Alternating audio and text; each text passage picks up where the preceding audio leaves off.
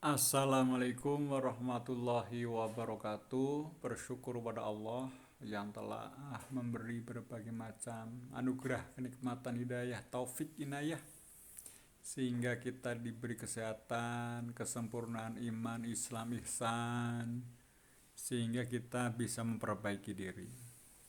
Salam dan sholawat kita sanjungkan kepada Nabi besar Muhammad Sallallahu Alaihi Wasallam. Pilihlah pemimpin kita yang wajib kita tiru dan kita contoh. Mudah-mudahan di hari akhir kita mendapatkan syafaatnya. Amin ya Allah ya Rabbal Alamin. Kita akan bahas surat Hud. Mudah-mudahan dengan kita bahas surat Hud, kita semakin rajin membaca surat Hud dan mengamalkan dalam kehidupan sehari-hari, sehingga kita itu menjadi orang yang beruntung baik di dunia maupun di akhirat. Dan apa saja kisah-kisahnya, isi-isinya, dan hubungannya dengan surat yang lain, mari kita lihat. Surat Hud.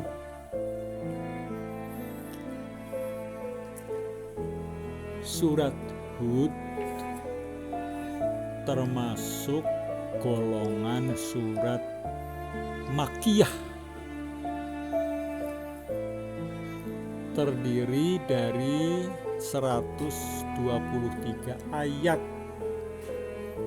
diturunkan sesudah surat Yunus.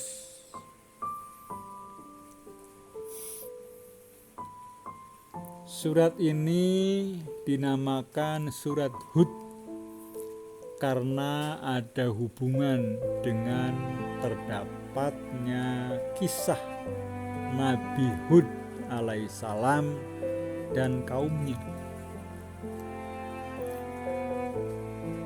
Dalam surat ini terdapat juga kisah-kisah Nabi yang lain, seperti kisah Nabi Nuh alaihissalam, Nabi Soleh alaihissalam, Nabi Ibrahim alaihissalam, Nabi Lut alaihissalam, Nabi Shu'aib alaihissalam, dan Nabi Musa alaihissalam.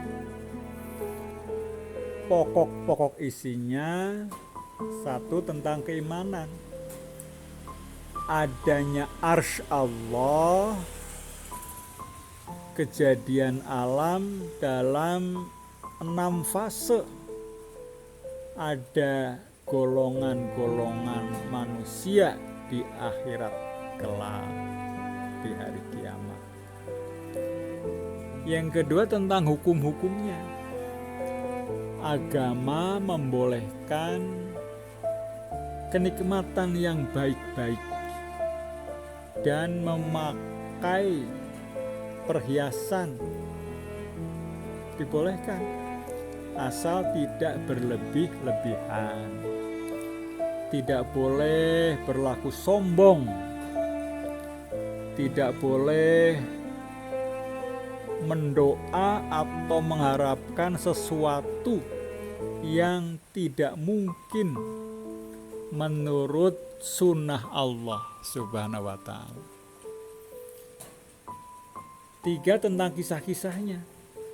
Kisah Nuh alaihissalam dan kaumnya, kisah Hud alaihissalam dan kaumnya, kisah Soleh alaihissalam dan kaumnya, kisah Ibrahim alaihissalam dan kaumnya, kisah Shu'aib alaihissalam dan kaumnya, kisah Lut alaihissalam dan kaumnya, kisah Musa alaihissalam dan kaumnya. Pelajaran-pelajaran yang diambil dari kisah-kisah para nabi, sumber segala kehidupan. Sembahyang, sholat itu memperkuat iman. Sunnah Allah yang berhubungan dengan kebinasaan suatu kaum. Saudara-saudara kaum muslimin muslimat rahimakumullah. Surat Hud mengandung hal-hal yang berhubungan dengan pokok-pokok agama seperti ketauhidan, kerasulan, hari berbangkit, kemudian dihubungkan dengan dakwah yang telah dilakukan oleh para nabi kepada kaumnya. Lalu ada hubungan surat Hud dengan surat Yusuf.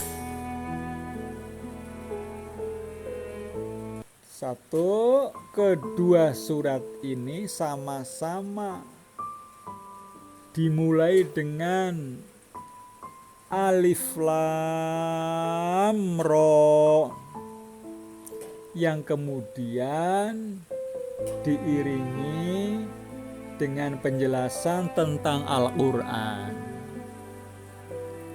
Kedua, surat Yusuf menyempurnakan penjelasan kisah para rasul yang disebut dengan surat Hud dan surat Yusuf.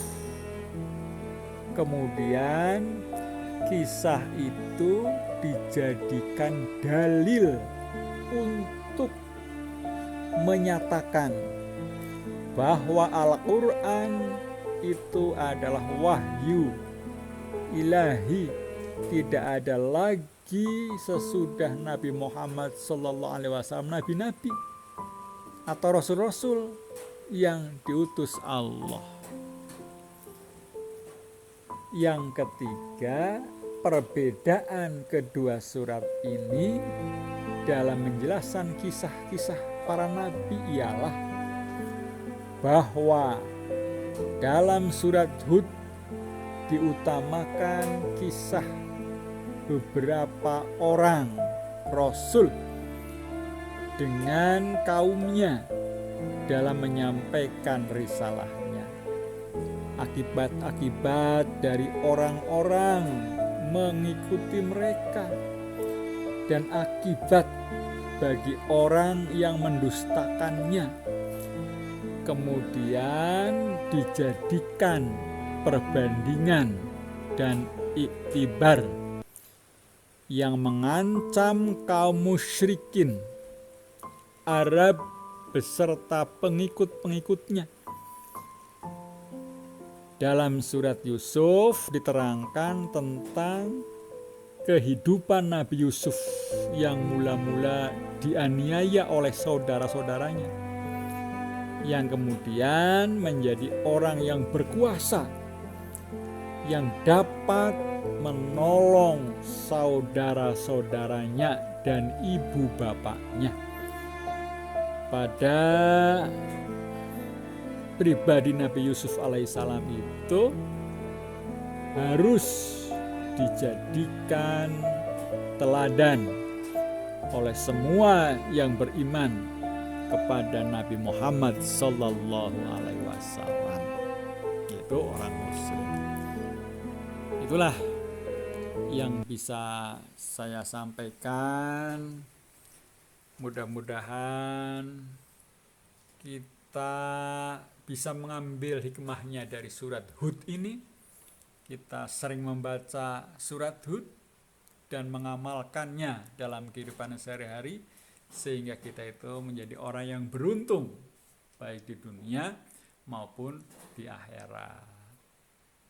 Kebenaran datangnya dari Allah Subhanahu wa taala, kesalahan datangnya dari saya sendiri. Assalamualaikum warahmatullahi wabarakatuh.